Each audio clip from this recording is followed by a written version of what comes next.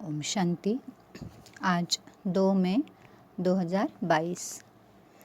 बाबा कहते हैं, मीठे बच्चे, शांति तुम्हारे गले का हार है, आत्मा का स्वधर्म है, इसलिए शांति के लिए भटकने की दरकार नहीं।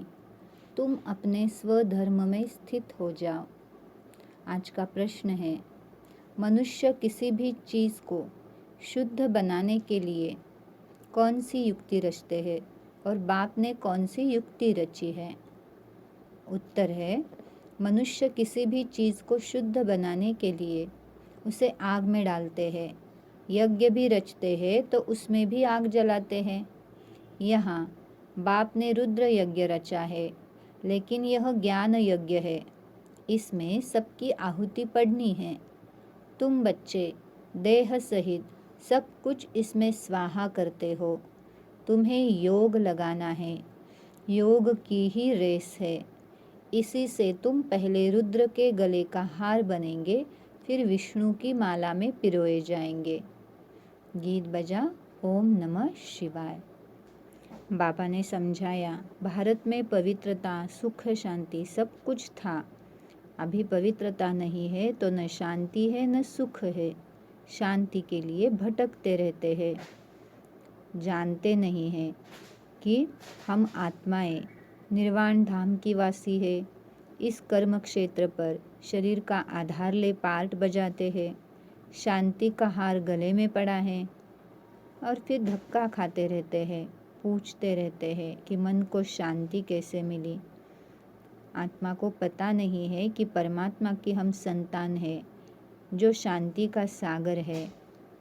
तो सब कहते हैं कि पीस चाहिए। तो बाबा ने समझाया कि पतित पावन एक मैं ही हूँ, सबका सद्गति दाता मैं एक हूँ। कोई भी मनुष्य को पावन या सुखी नहीं बना सकता।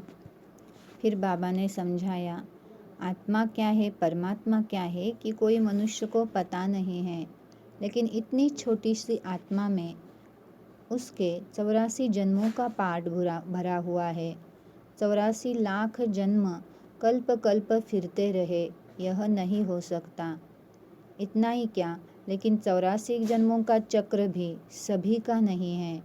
जो पहले थे वह अब पीछे पड़ गए, फिर वह पहले जाएंगे। पीछे आने वाले सभी आत्माएं निर्वाण धाम में रहती है। यह सब बातें बाप समझाते हैं, इसलिए उनको वर्ल्ड ऑलमाइटी अथॉरिटी कहा जाता है। बाबा ने कहा कि ये राजस्व अश्वमेध रुद्र ज्ञान यज्ञ है। इसमें सबको स्वाहा होना है। देह सहित जो भी मित्र संबंधी है उन सब को भूल जाओ। मैं सन्यासी हूँ, उदासी हूँ, क्रिश्चियन हूँ, ये सारे देह के धर्म हैं। इनको छोड़ मामेकम याद करो। पुरानी दुनिया का विनाश सामने खड़ा है। जितना हो सके बाप को याद करो तो अंतमति सो गति हो जाएगी। भगवान निराकार है। फिर वो साधारण ब्रह्मा के तन में प्रवेश कर राजयोग सिखलाते हैं। मैं आता ही हूँ एक धर्म की स्थापना कर बाकी सब धर्मों का विनाश करने। तो बाबा कहते हैं, बच्चे मुझे याद करो। बाबा आया हुआ है, यज्ञ भी रचा हुआ है। जब तक राजाई स्थापन हो जाए और सब पावन बन जाए। फट से तो सब पावन नहीं बनते। योग लगाते रहो अंत तक। यह योग की ही रेस है। बाप को जितना जास्ती याद करते हैं उतना दौड़ी लगाकर रुद्र के गले का और फिर विष्णु की गले का माला बनेंगे। बाप राजयोग सिखला रहे हैं, जैसे 5000 वर्ष पहले सिखलाया था, फिर कल्प बाद सिखलाने आए हैं। कहते हैं शिवरात्रि, तो शिवरात्रि रात अर्थात कलयुग, पुरानी दुनिया का अंत, नई दुनिया की आदि। शिव बाबा तुमको ब्रह्मा तन से ज्ञान दे रहा है, त्रिकालदर्शी बना रहे हैं। मनुष्य सृष्टि में त्रिकालदर्शी कोई हो न सके। अगर होता तो वो नॉलेज दे देता कि सृष्टि का चक्र फिरता कैसे है। यह सिर्फ भगवान ही बता सकते हैं और सभी के लिए भगवान एक ही है। कृष्ण को थोड़े ही भगवान मानेंगे। बाप कहते हैं तुमको विश्व का मालिक बनाकर फिर मैं निर्वाण धाम में जाकर रहता हूँ। फिर जब दुख शुरू होता है तब मेरा पाठ शुरू होता है। मैं सुनवाई करता हूँ, इसलिए मुझे कहते हैं रहम दिल। भक्ति भी पहले अव्यभिचारी थी, बाद में देवताओं की व्याभिचारी भक्ति बन गई। बाबा बच्चों को ज्ञानामृत पिलाते हैं, इसलिए उनका नाम सोमनाथ भी बोलते हैं। फिर बबूल के जो कांटे थे तो उनको फूल बनाने वाला सर्व का सद्गतिदाता बाप है, इसलिए उनको बबूलनाथ भी कहते हैं। जब संगम का समय होता है, जब भक्ति पूरी होती है, तब ही बाबा आते हैं और पूरे कल्प में एक ही बार आते हैं। यही नियम है। बाप एक है, अवतार भी एक है और एक ही बार आकर सबको पवित्र राजयोगी बनाते हैं।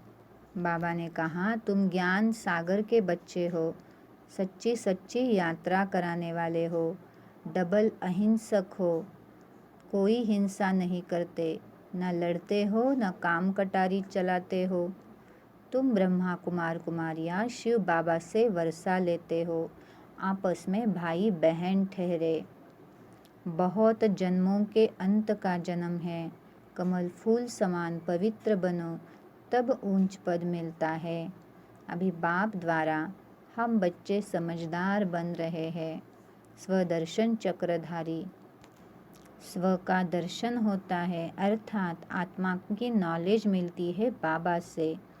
बाबा मनुष्य सृष्टि का बीज रूप है, एक ही बीज है। कैसे वृक्ष निकलता है ये बाप बताते हैं। वृद्धि होती जाती है। हम जो सुनते हैं वह बुद्धि में रहता है। सतयुग आदि में शास्त्र नहीं होते। कितनी सहज 5000 वर्ष की ये कहानी है। अच्छा, धारणा के लिए मुख्य सार। पहली पॉइंट, समय कम है, बहुत गई थोड़ी रही, इसलिए जो भी श्वास बची है बाप की याद में सफल करना है। पुराने पाप के हिसाब किताब चुकतू करना है। शांति के स्वधर्म में स्थित होने के लिए पवित्र जरूर बनना है। जहाँ पवित्रता है वहाँ शांति है। मेरा स्वधर्म ही शांति है। मैं शांति के सागर बाप की संतान हूँ, यह अनुभव करना है। आज बाबा ने वरदान दिया, निर्माणता की विशेषता द्वारा सहज सफलता प्राप्त करने वाले सर्व के माननीय भव। सर्व द्वारा मान प्राप्त करने का सहज साधन है निर्माण बनना। जो आत्माएं स्वयं को सदा निर्माण चित्त की विशेषता से चलाती है वह सहज सफलता को पाती है। निर्माण बनना ही स्वमान है। निर्माण बनना झुकना नहीं है, लेकिन सर्व को अपनी विशेषता और प्यार से झुकाना है। वर्तमान समय के प्रमाण सदा और सहज सफलता प्राप्त करने का यह मूल आधार है।